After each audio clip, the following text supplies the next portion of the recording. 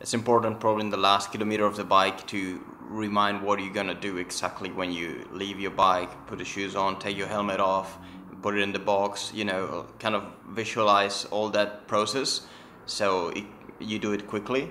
And then yeah, just run. And if you can, in the last kilometer of the bike, it's good to stretch a little bit, maybe breathe in deeply, and get ready for the run. To step up to longer distances, I think it's a whole process. It's you know, you start from your training and you start to do more miles on your long runs.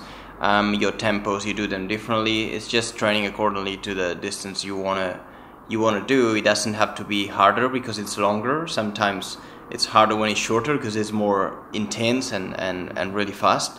But it's just you know, set your goal where the distance is and try to train for that accordingly and do the right mileage. I think it's simple. If you want to race fast, you have to train fast. If you want to run quick, you need to go to the track and work on the 200s, the 300s, the 400s, usually faster than race pace, and that will make you gain the speed that you need later for the race. Because some people don't work much on the drills as well, are very important. They tend to just run, they go out and run, but all the intervals and the short stuff is very important. Well, when I'm racing, I try to think of what I have to do to win the race, basically. And sometimes it works, sometimes it doesn't.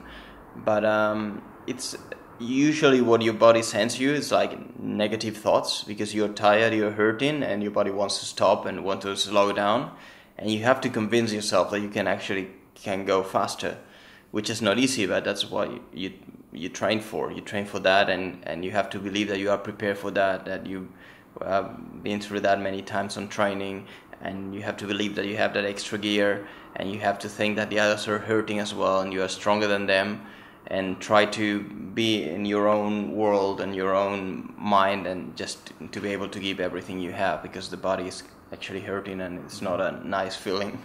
When you see the finish line, it's like you usually get that extra boost, but at the same time you're hurting a lot as the last moments of the race and you're really tired. But you try to have positive thoughts of like some certain training sessions that you did, or other sprint finishes you did before, and that gives you some confidence and know that you can do it again, and try to find that extra gear, which is not easy to find, but you have to think that your rivals are in the same situation. No one is fresh at that point on the race, so it's just sometimes the tougher mentally is going to be the winner.